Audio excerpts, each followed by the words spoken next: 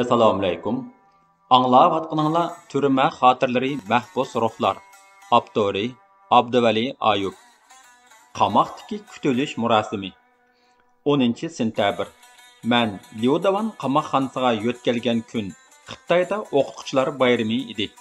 Burun har yili bu kunda bayramimni tabriklab telefonlar keladi. Uchurlar yog'atdi. Sovg'atlar uzilmaydi. O'quvchilarim men o'ylabmı yetolmaydigan sovg'alarni tayyorlaydi. Bultur mushu kuni atiganda maktabda ko'z aynigimni yo'qotib qo'ygan edim. Tanaffusda yuzimni yo'g'ili suvxonaga taqab kirganim esimda. Yuyib bo'lib qarsam yo'q. Hamma yerni izlab qizivatdim. Tepilmadi. Aslida o'quvchilar ko'z aynigimga o'xshash qilib yangidan birini yostish uchun o'g'irlab ketgan ekan. Bugun shu sovg'atliq ko'z aynigimni meni yalang'achlab tekshirgan Gochang kamerga akirgili qo'ymay tartib oldi. Soat 4larda boshqa mahbuslarni "Jang aka" degizib, qo'shamat qilg'izayotgan kamer boshlig'i "Yig'in ochimiz" deb varqirdi. Hammalar taxtay supida sapras bo'lib tik o'ltirishgandan keyin "Aramizga yangi mahbus keldi. U intayin xatarlik odam. U davlat bexatarligiga tahdid solgan siyosiy mahbus, davlatning dushmani. Shunga u biz har biraylarning dushmani bo'lishi kerak. Hozirdan boshlab hech kim uning bilan gaplashmasin. Hojatxonani cho'tkilash, tarat mang'uzish, kamir tozalash, mening tambilimni yuvish, amdi uning vazifasi. Tamoqdan keyin xalta kiygizish murosimi qilib, uningga davlat bilan qarshilashishning bo'lgunchilik qilishning bedelini to'latkizimiz. Tayyor bo'linglar, deb hijaydi. Qolgan mahbuslarmo do'st tartishib kulib ketishdi. Bu hijiyishlarning tigiga yetolmay, qo'rqib aran o'ltirdim. Tangirtaq qamoqxonasiga qamalgan tunji kuni Yangyong kutilish murosimini amaldan qoldirdik, degan edi. Bularning murosimlari qandoq ishdi? Kashlik tamoq, azob sho'rpisi va tashdek muomini gupildab sisiq purab turgan hojatxona yenida yedim. Tova. Xuddi bir oshpaz aytgandek, xuddi xurishlarni maslahatlashib salgandek, bu qamoqxonaning kapustini yiltizlari bilan qo'shib qaynatgan azob sho'rpisi Tangirtaq qamoqxonasinikiga o'pmi o'xshash edi.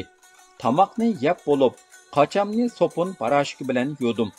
Asli kir yuydigan sopun bilan tamoq yeydigan yaltiroq qochini yuyish to'g'ri emas edi.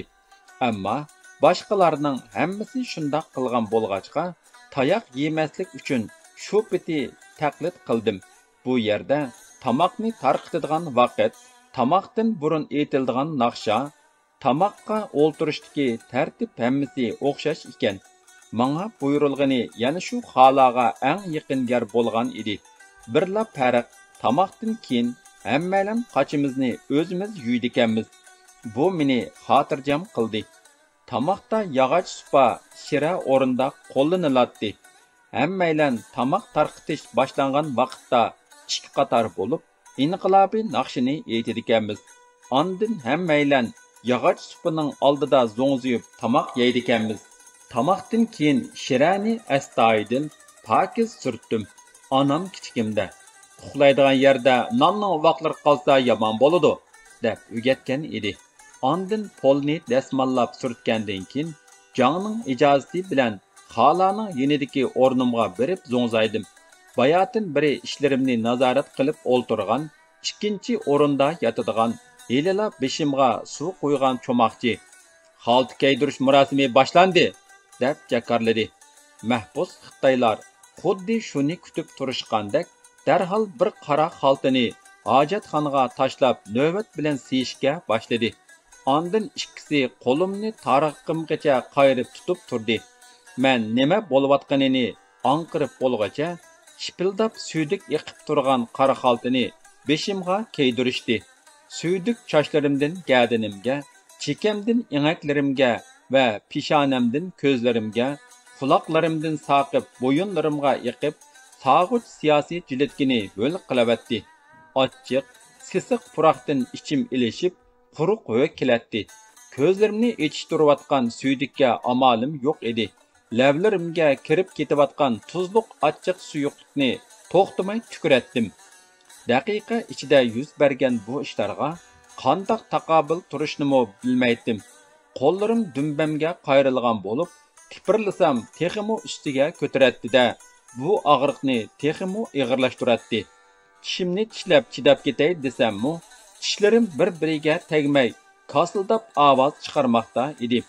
Bu xo'rliqqa chidamay, ko'zlarimdan quyilgan yosh bilan yuz-ko'zim sal pokizlandi bo'lg'ay, quruq va ko'ngil aynishdan ozroq aram tepib qoldim.